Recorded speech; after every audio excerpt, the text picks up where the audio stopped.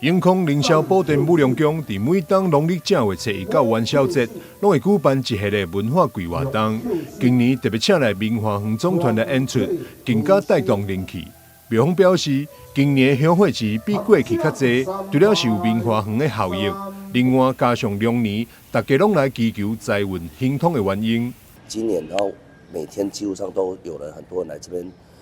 补充自己的财库，还有点这个通天香。所以呢，因为透过今天明花园来这边人气呢，也是有，就是说有大增啊。所以今年来讲，虽然年假期比较短，但是呢，突然涌起进来的人数每天都超过上万，我觉得也是有明花园本身他自己的名气以外，还有自己就是说，整个假期，然后民众希望说过年期间来到这里，希望今年龙年能够祈求今年的这个财运能够大增，运势能够大涨，这样。在今年农历春节期间，信众捐献的香火钱就超过10万以上，为求安全性中，庙方也将这个钱送到大湾派出所，委由警方代为保管。过年的时候，春节呢，大部分的这个金融机构啊、银行啊、邮局这些都一般都休假嘛，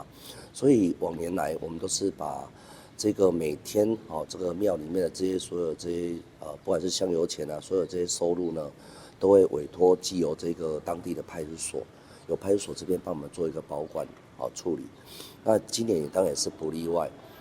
那当然我们这个警局这一块对民众这个服务呢，真的做得非常的到位。因为他们除了是帮我们说在帮我们保管以外，包含说收到农会这边的所有的押送呢，都说他们很忙的这个工之下，还挪出时间还有人力精力呢，帮我们来做这个服务的配送。永康分局表示，民众有提款或敲定服务，拢会当向警察机关来申请。春节过后，各行业陆续开工，资金流动频繁，民众、庙宇或公司行号如有存款、提款安全需求，均可向辖区派出所申请代保管、互抄，本分局随时提供服务。总干事何南辉表示，今年春节假期虽然较短，但拜天公甲补菜库民众有增加，庙内斗阵也早伫咧农历年前就已经压满。今年还有推出通天香以及超平安钟等活动，同时也因为超平安钟的活动得到热烈回响，该活动也将持续规年冬。记者张世伟采访报道。